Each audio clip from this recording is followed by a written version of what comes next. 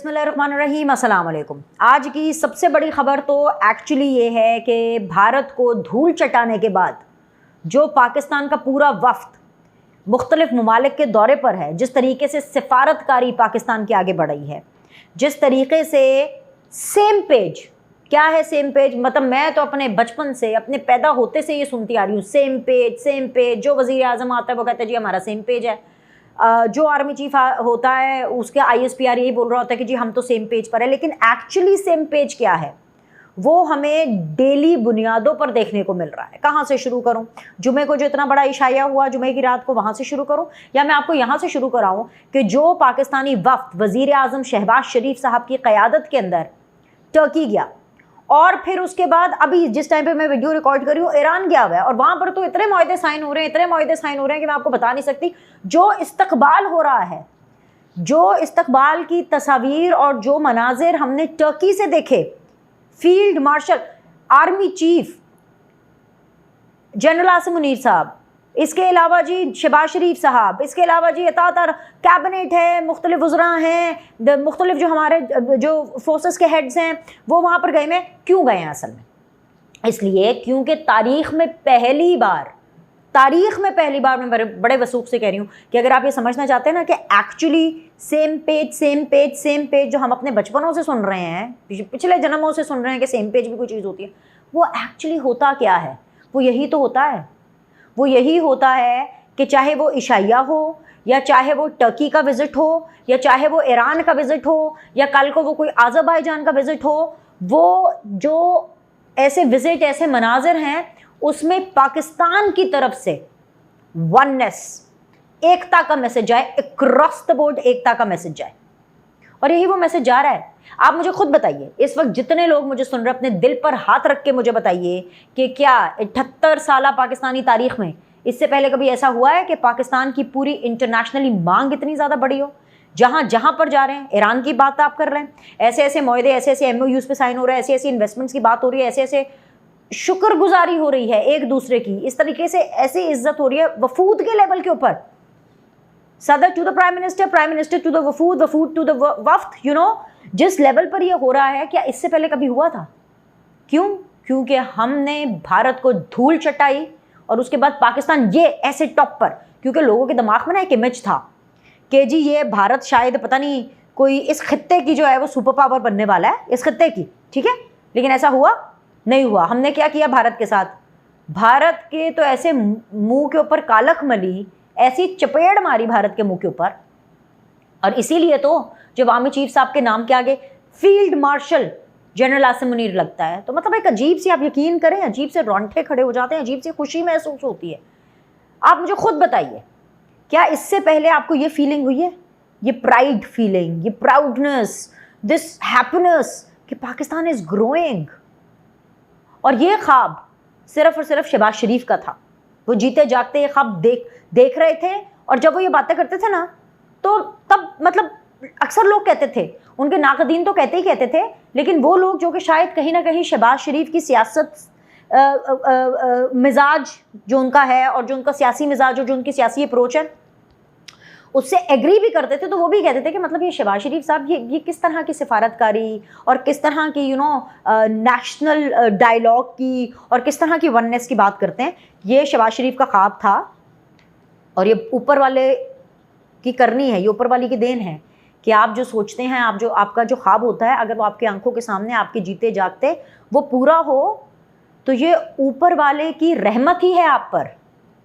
ये हम पाकिस्तानियों पर हमारे सब्र का फल है ये कि हम देख रहे हैं कि किस तरीके से वन पेज हमें नज़र आ रहा है, क्योंकि इस वन पेज से फ़ायदा हम पाकिस्तानियों का होगा, खुशहाली बढ़ेगी, बिजनेस आएगा, पाकिस्तान का जो नाम है वो पूरी दुनिया के अंदर रोशन होगा, तो हम क्यों नहीं खुश होंगे? तो ये तो थी जी सबसे बड़ी खबर, जो सही मानों में जेन्युइनली सबसे बड़ी खबर है, ठीक है। अब आ जाए दूसरी बड़ी खबरों की तरफ, लेकिन वो ज़रा PTI वालों के लिए बड़ी नेगेटिव है।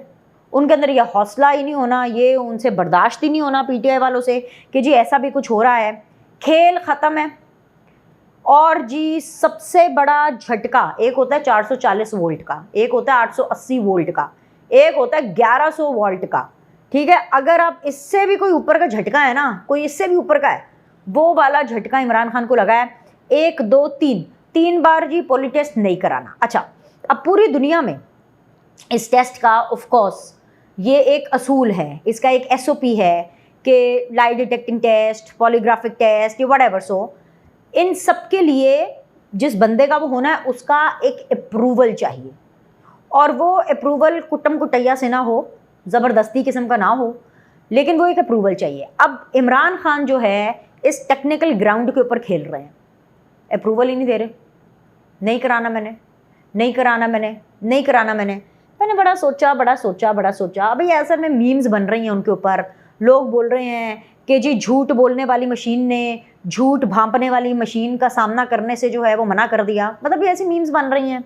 फिर लोग ये भी कह रहे हैं कि भाई अगर पॉलीग्राफिक टेस्ट में देखो ना, अगर कोई ये पूछे कि आपकी कितनी औलाद है, आपके कितने बच्चे हैं, बेसिक सवाल पूछे जाएं तो उसका इमरान खान क्या जवाब देंगे? अगर 2 कहते हैं तो तब फंसते हैं, 3 कहते हैं तो तब फंसते हैं। ठीक है, ऐसी मीम्स बन रही हैं।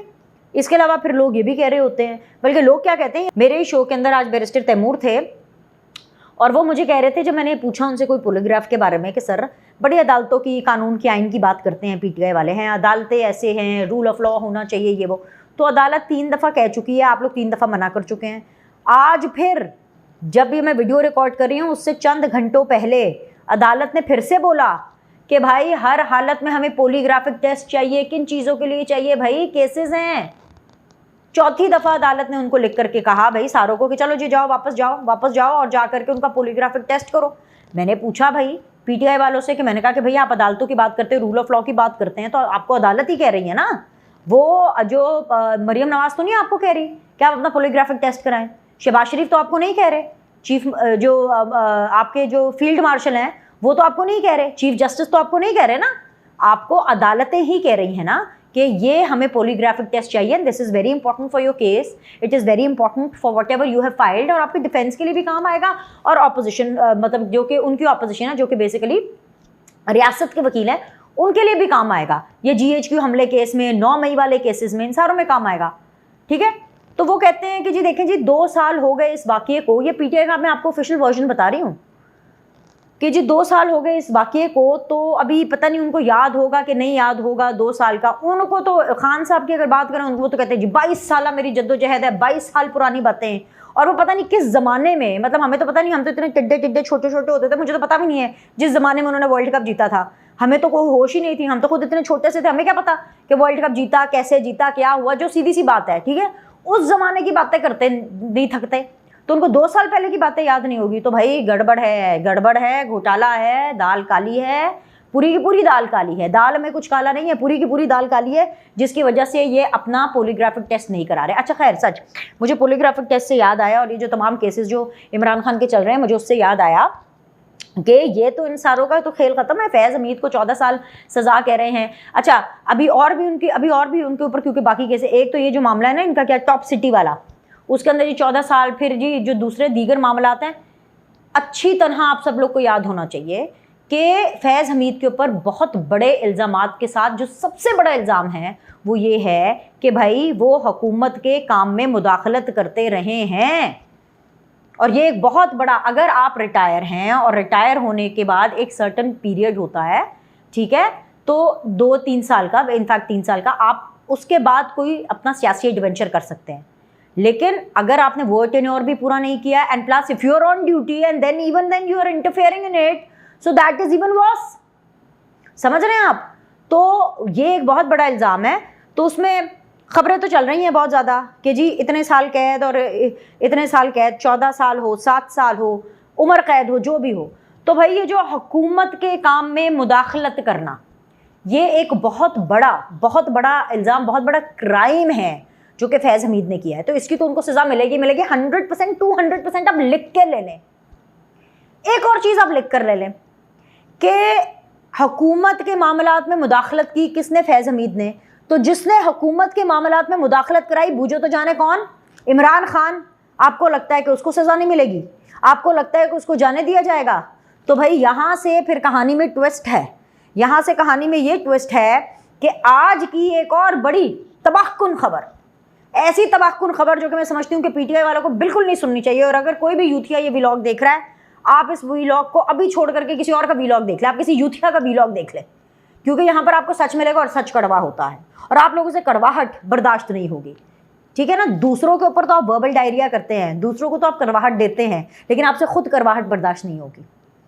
और बात यह है कि बैरिस्टर अली ज़फ़र, उनके थ्रू इमरान खान ने पैगाम पहुंचाया कि भाई कोई अब किसी से मुज़ाकरात नहीं करेगा। और अगर माजी में कभी किसी को ये असाइन किया गया था कि जी ये मुज़ाकरात करेगा, फलाना करेगा, बैरिस्टर सैफ करे या क्या कहते हैं अली अमीन गंडापुर करे या फलाना करे या टिंगरा करे, उसकी अब कोई हैसियत नहीं, सब ज़ीरो हो गया, किसी को कोई अहकामात नहीं, कोई मुज़ाकरात नहीं करेगा। हाँ, अगर फ़ौज मुज़ाकरात करना चाहती है, फ़ौज अगर बातचीत करना चाहती है तो वो डायरेक्टली मुझसे यानी इमरान खान से डायरेक्टली करे। ओ भाई आप कौन हैं? आपके बग़ैर ही पाकिस्तान दिवालिया होने से बच गया। इमरान खान और पीटीआई के बग़ैर ही पाकिस्तान तरक्की की राह पर गामज़न हो गया।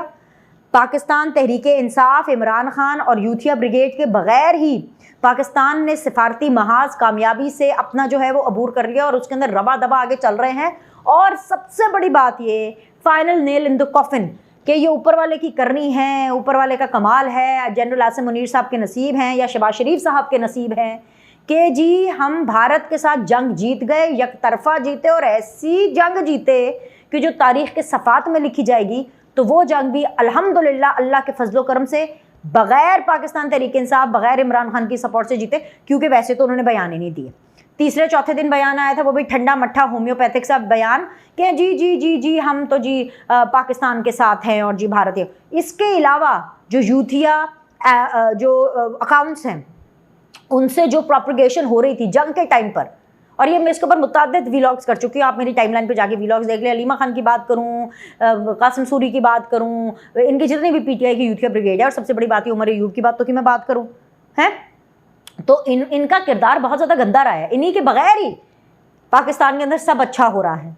और सबसे बड़ी बात ये कि बग़ैर पीटीआई के और बग़ैर इमरान खान के, बग़ैर पीटीआई और बग़ैर इमरान खान के पाकिस्तान के अंदर एक एकता चल रही है। कोई फितना फसाद डालने वाले कोशिश बड़ी कोशिश करते हैं। ये अभी ये इशाइये पे नहीं गए, अपनी 1.5 इंच की मस्जिद बनाई, क्यों नहीं गए इशाइये पे? इसलिए कि उनको बुलाया अली अमीन गंडापुर को, लेकिन अली अमीन गंडापुर की थर थर काम पे टांक रही थी। बिल्कुल जी उनकी जो काम पे टांकी, वो इसीलिए काम पे टांकी कि भाई अगर मेरी फ़ोटो चल गई है फील्ड मार्शल के साथ, और अगर मेरी फ़ोटो सदर पाकिस्तान या मेरी फ़ोटो अगर प्राइम मिनिस्टर के साथ चल गई और अगर वो इमरान खान ने देख ली, ठीक है, तो वो तो भाई मेरे ख़िलाफ़ हो जाएंगे और मुझे जो है बहुत झाड़े पड़ेंगी। तो अभी मैं क्या करूँ? तो उन्होंने कहा मैं जाता ही नहीं। पूरी पीटीआई ने अपने आप को इस इकट्ठे रोटी खाने से भी महरूम रख लिया। वही ना, क्योंकि एकता तो इनमें है ही नहीं, फूटे टूटे हुए हैं ये सारे लोग। और इमरान खान की सबसे बड़ी कमज़ोरी कि जी 22 साल जद्दोजहद, जमहूरियत, आइन, कानून, आज आके एक इस्टेब्लिशमेंट की बातचीत की मार है कि जी अगर फ़ौज ने बात करनी है वो मुझसे डायरेक्ट आके बात करे। अच्छा, अब असल में क्या है कि इमरान खान ये कह रहे हैं मुझसे जूते पॉलिश करा लो, मुझसे नाक से लकीरें निकलवा लो, मुझसे जितने माफ़ीनामे लिखवाने लिखवा लो, जो भी करना है, बस खुदा का वास्ता मुझसे बात करो। लेकिन ये बात बाहर किसी को नहीं बतानी। ये मैं फील्ड मार्शल साहब और आर्मी चीफ साहब, इनके सामने मैं सब कुछ कर सकता हूँ। इनको मैं हर तरह की गारंटी दूंगा। मुझे कहेंगे कि जी सियासत छोड़ दो, मैं सियासत छोड़ दूंगा। मुझे कहेंगे जी दुनिया छोड़ दो, मैं दुनिया छोड़, पर बाहर किसी को नहीं बताना। बाहर सबको ये बताना है कि डट के खड़ा है कप्तान, ऐसी की तैसी डट के खड़ा है कप्तान, लेटा हुआ है कप्तान। ये तो इनकी सूरत हाल है। और साथ ही साथ ये सिर्फ ये नहीं कि वो अपनी सियासत को, अपने दोगले बयानिए को, अपनी मुनाफिकत को इस चीज़ से छुपा रहे हैं, वो कहीं ना कहीं अपने उन तमाम पाकिस्तान तहरीक इंसाफ के लोगों पर भी मिसट्रस्ट करें। मैंने इसलिए कहा था कि यूथिया ये वाला व्लॉग अब आगे ना देखें। उसकी वजह यह है कि जिस लीडर के पीछे लग करके वो पूरी दुनिया से लड़ने के लिए तैयार हैं, अपने पाकिस्तान, अपने जो नेशनल इंटरेस्ट है उसको भी नुकसान पहुँचा देते हैं, वो जो लीडर है इनका सो कॉल्ड इमरान खान, वो तो इन्हीं के ऊपर ट्रस्ट नहीं कर रहा। वो बैरिस्टर गौहर को चेयरमैन नहीं मानता, वो जो बैरिस्टर सैफ है, गंडापुर है, या जो कोई भी है, उनके ऊपर इतना ट्रस्ट नहीं करता कि जी वो मेरे बिहाफ के ऊपर फ़ौज से या सियासतदानों से बात करो। और एक चीज़ और जो कि मैं इस वीडियो के एंड पे कहना चाहती हूँ आप लोग को, वो ये है, वैसे तो अव्वल फ़ौज ने बिल्कुल कोई बात नहीं करनी, लेकिन 0.001%, 0.00001% मैं कह रही हूँ कि अगर बात हो भी जाती है तो जो हालात चल रहे हैं ना, मेरी बात को समझिए, बड़े वसूख से मैं कह रही हूँ, field marshal, army chief, prime minister, president एक ही है। ये वैसे 3 लोग हैं लेकिन असल में एक है। तो अगर इमरान खान बात करते हैं फील्ड मार्शल से तो समझो कि आप शहबाज शरीफ से ही बात कर रहे हैं, और अगर इमरान खान शहबाज शरीफ से बात करते हैं तो समझो कि आप फील्ड मार्शल से ही बात कर रहे हैं। ये है इस टाइम पर पाकिस्तान का प्रेजेंट स्टेटस, और उस प्रेजेंट स्टेटस के अंदर पाकिस्तान तहरीक इंसाफ, इमरान खान, इनसे बात करना, इनको मनाना, इनका ये वो, इनके ड्रामेबाजियाँ, nobody has time. Field Marshal doesn't have time, Prime Minister doesn't have time, President doesn't have time, no sane Pakistani has time in it. So भाई खेल हो गया है ख़त्म। वड्डा ऑपरेशन पीटीआई के ख़िलाफ़ जो है वो चालू है, जारी व सारी है, और इमरान खान जो है वो सिर्फ बिजली के झटके और सदमे सहने के लिए ही रह गए। एक बार फिर पाकिस्तान जिंदाबाद, पाकिस्तान पाइंदाबाद। आपसे अगली वीडियो में मुलाकात करते हैं।